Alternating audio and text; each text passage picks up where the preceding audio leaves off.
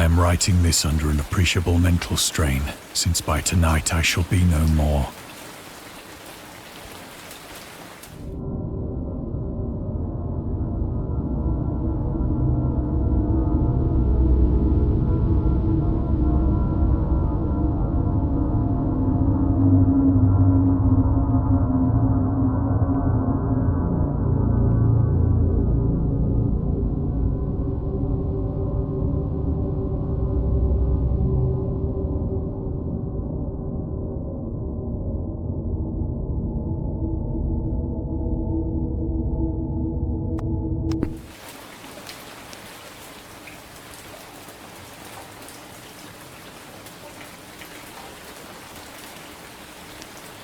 Penniless, and at the end of my supply of the drug which alone makes life endurable, I can bear the torture no longer, and shall cast myself from this garret window into the squalid street below.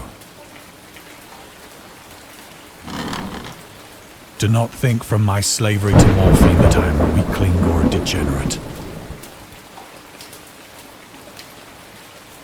When you have read these hastily scrawled pages, you may guess, though never fully realize, why it is that I must have forgetfulness or death.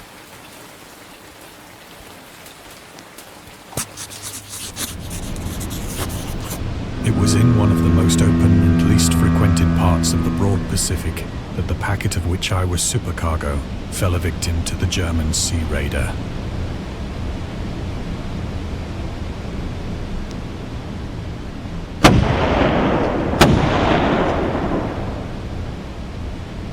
The Great War was then at its very beginning, and the ocean forces of the Hun had not completely sunk to their later degradation.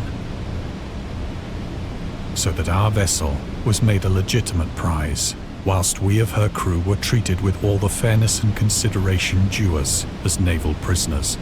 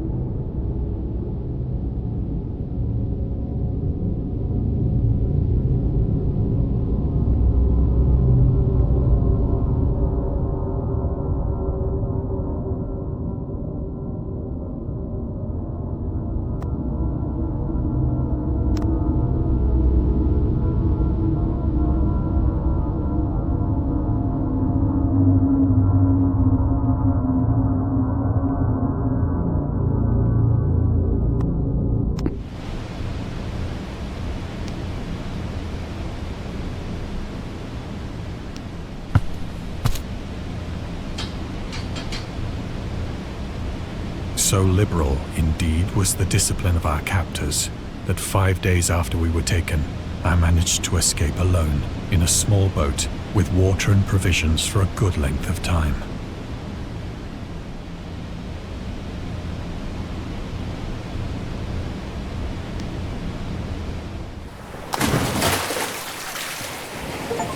When I finally found myself adrift and free, I had but little idea of my surroundings.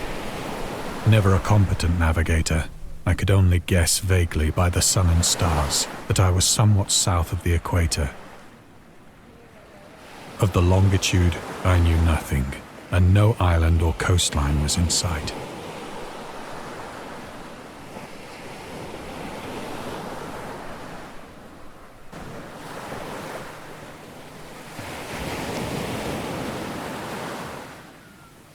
The weather kept fair, and for uncounted days I drifted aimlessly beneath the scorching sun, waiting either for some passing ship or to be cast on the shores of some habitable land.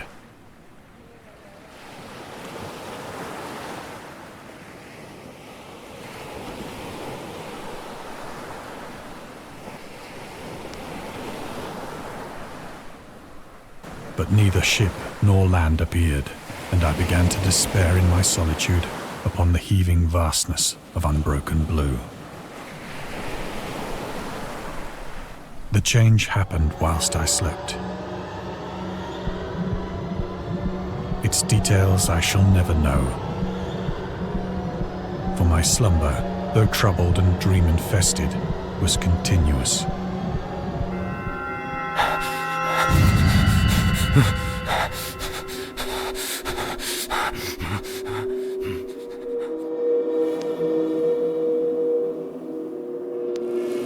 When at last I awoke, it was to discover myself half sucked into a slimy expanse of hellish black mire, which extended about me in monotonous undulations as far as I could see, and in which my boat lay grounded some distance away. Though one might well imagine that my first sensation would be of wonder at so prodigious and unexpected a transformation of scenery, I was in reality more horrified than astonished. For there was in the air, and in the rotting soil, a sinister quality which chilled me to the very core. The region was putrid with the carcasses of decaying fish, and of other, less describable things which I saw protruding from the nasty mud of the unending plain. Perhaps I should not hope to convey in mere words the unutterable hideousness that can dwell in absolute silence and barren immensity.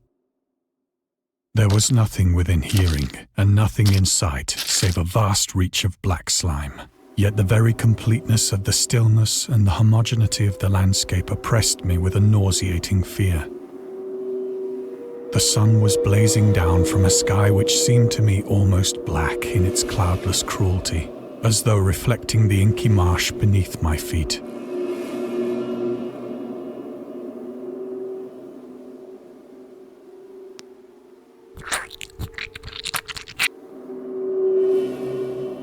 As I crawled into the stranded boat, I realized that only one theory could explain my position.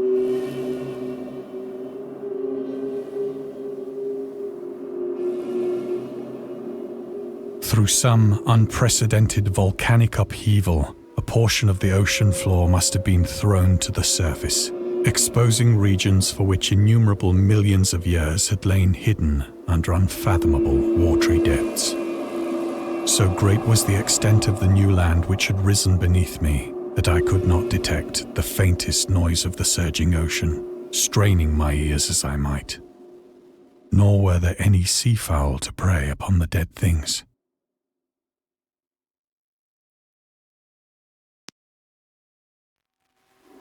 For several hours I sat thinking or brooding in the boat, which lay upon its side and afforded a slight shade as the sun moved across the heavens.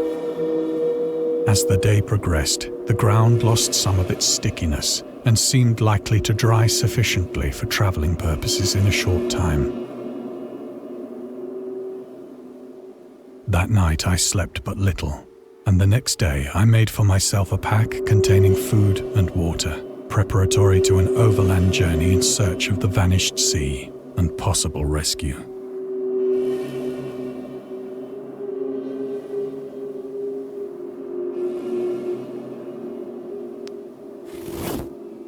On the third morning, I found the soil dry enough to walk upon with ease.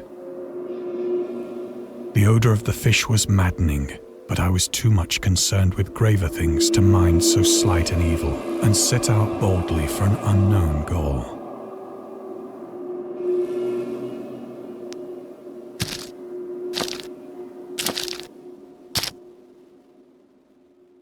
All day I forged steadily westward, guided by a faraway hummock which rose higher than any other elevation on the rolling desert.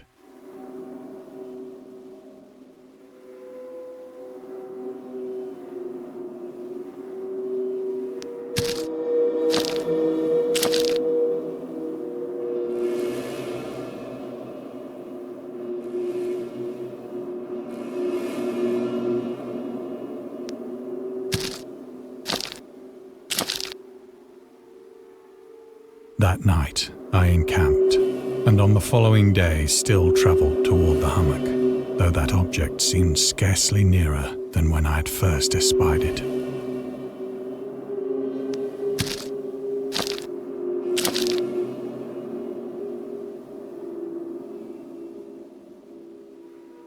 By the fourth evening, I attained the base of the mound, which turned out to be much higher than it had appeared from a distance, an intervening valley setting it out in sharper relief from the general surface.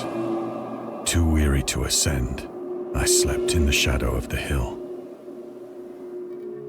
I know not why my dreams were so wild that night, but ere the waning and fantastically gibbous moon had risen far above the eastern plain, I was awake in a cold perspiration, determined to sleep no more. Such visions as I had experienced were too much for me to endure again. And in the glow of the moon I saw how unwise I had been to travel by day. Without the glare of the parching sun, my journey would have cost me less energy. Indeed, I now felt quite able to perform the ascent which had deterred me at sunset. Picking up my pack, I started for the crest of the eminence.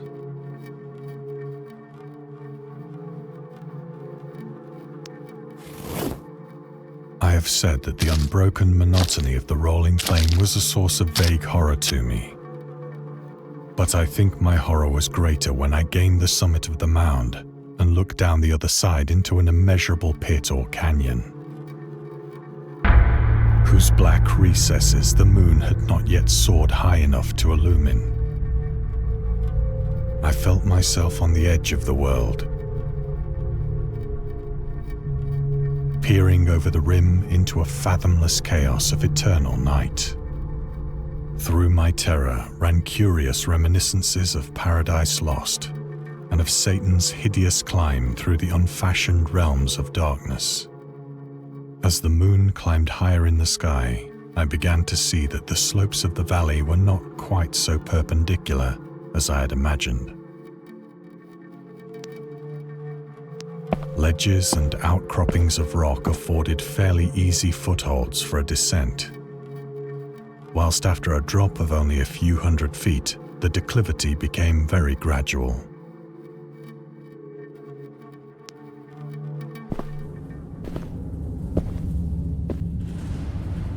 Urged on by an impulse which I cannot definitely analyze, I scrambled with difficulty down the rocks and stood on the gentler slope beneath, gazing into the Stygian deeps where no light had yet penetrated. All at once, my attention was captured by a vast and singular object on the opposite slope, which rose steeply about 100 yards ahead of me.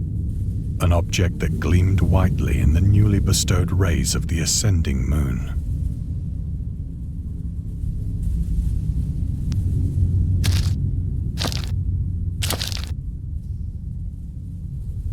That it was merely a gigantic piece of stone, I soon assured myself. But I was conscious of a distinct impression that its contour and position were not altogether the work of nature. A closer scrutiny filled me with sensations I cannot express.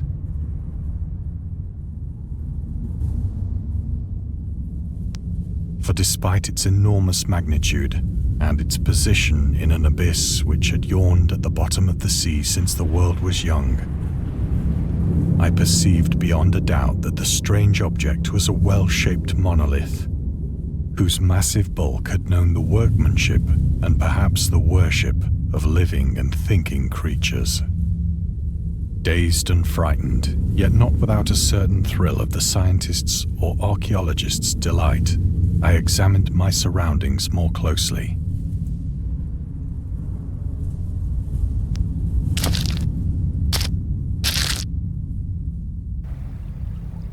The moon, now near the zenith, shone weirdly and vividly above the towering steeps that hemmed in the chasm, and revealed the fact that a far-flung body of water flowed at the bottom, winding out of sight in both directions and almost lapping my feet as I stood on the slope.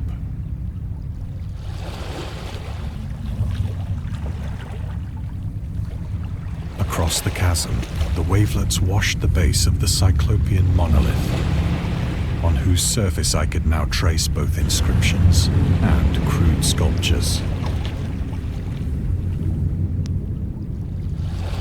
The writing was in a system of hieroglyphics unknown to me and unlike anything I'd ever seen in books, consisting for the most part of conventionalized aquatic symbols such as fishes, eels, octopi, crustaceans, mollusks, whales, and the like.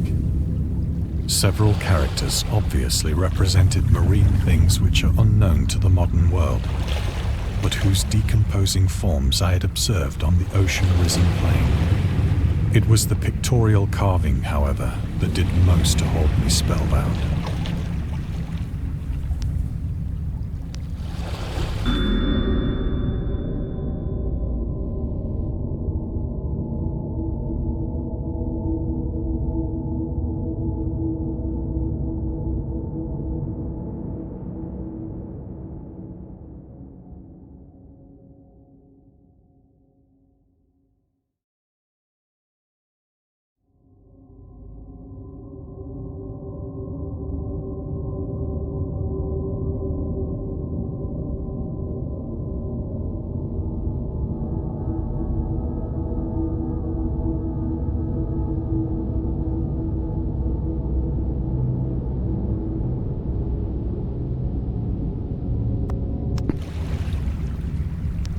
Plainly visible across the intervening water on account of their enormous size were an array of bas-reliefs whose subjects would have excited the envy of a doré.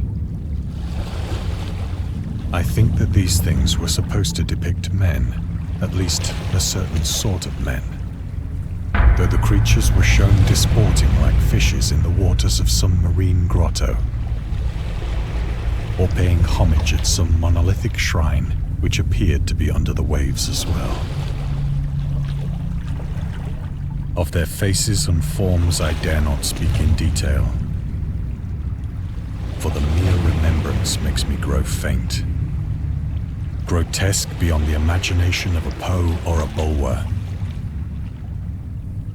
They were damnably human in general outline, despite webbed hands and feet, shockingly wide and flabby lips, glassy, bulging eyes, and other features less pleasant to recall. Curiously enough, they seem to have been chiseled badly out of proportion with their scenic background, for one of the creatures was shown in the act of killing a whale, represented as but little larger than himself. I remarked, as I say, their grotesqueness and strange size, but in a moment decided that they were merely the imaginary gods of some primitive fishing or seafaring tribe. Some tribe whose last descendant had perished eras before the first ancestor of the Piltdown or Neanderthal man was born.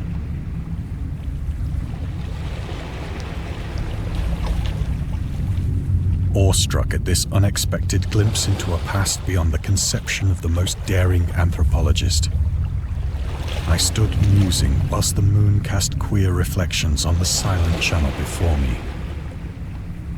Then, suddenly, I saw it. With only a slight churning to mark its rise to the surface, the thing slid into view above the dark waters.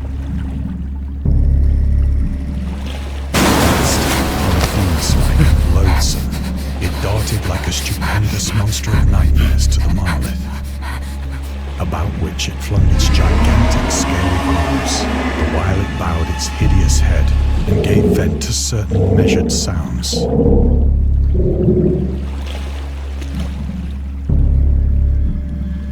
I think I went mad then.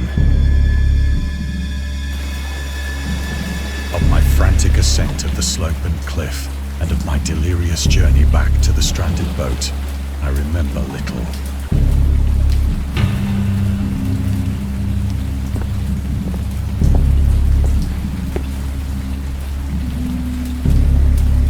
I sang a great deal and laughed oddly when I was unable to sing.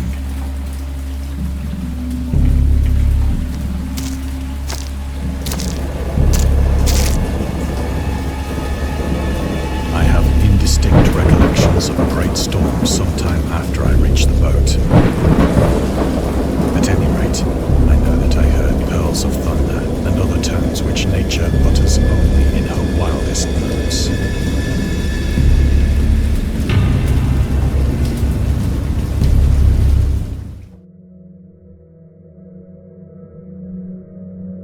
When I came out of the shadows, I was in a San Francisco hospital, brought thither by the captain of the American ship which had picked up my boat in mid-ocean. In my delirium, I had said much, but found that my words had been given scant attention.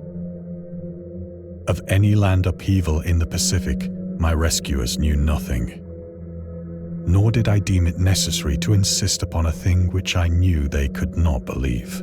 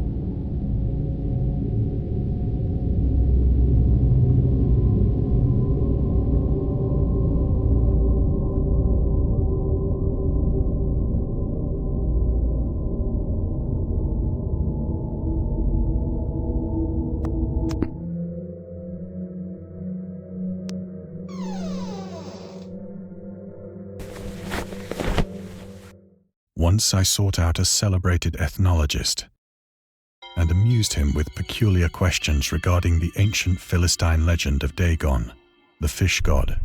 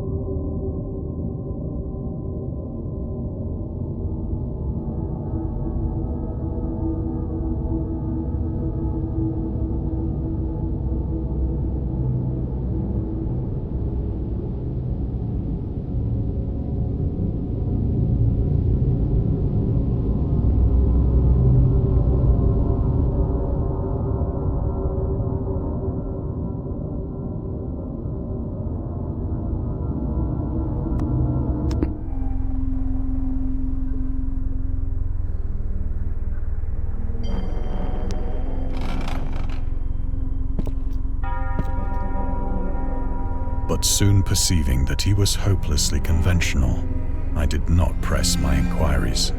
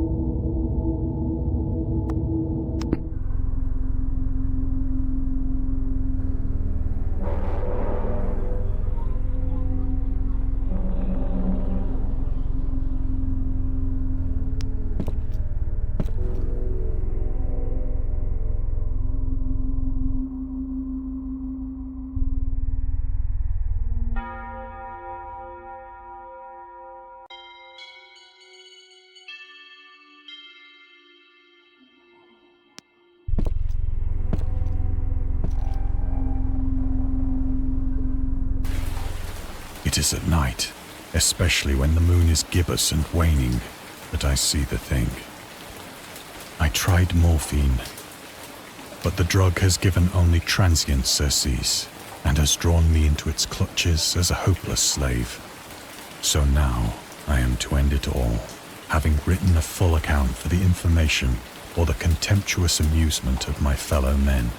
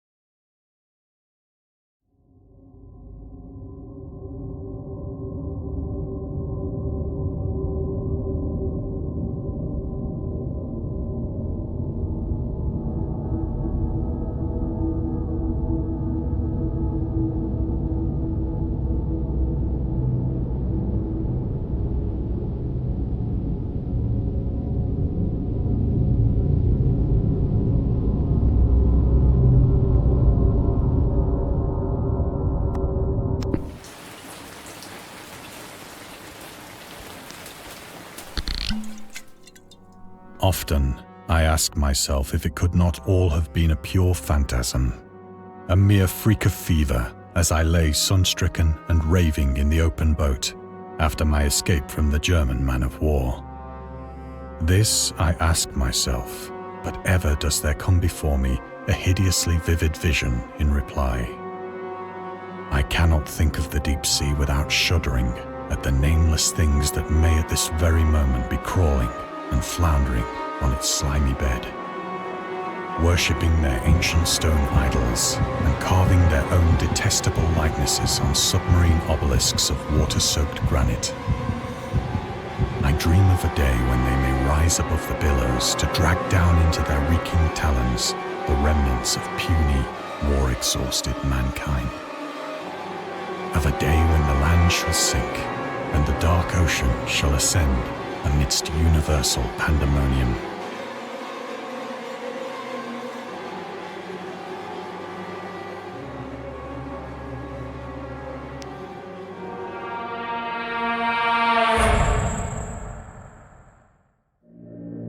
The end is near. I hear a noise at the door, as of some immense slippery body lumbering against it.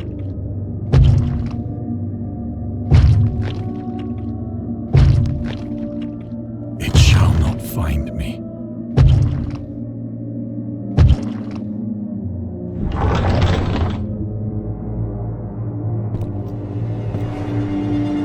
God, that hand!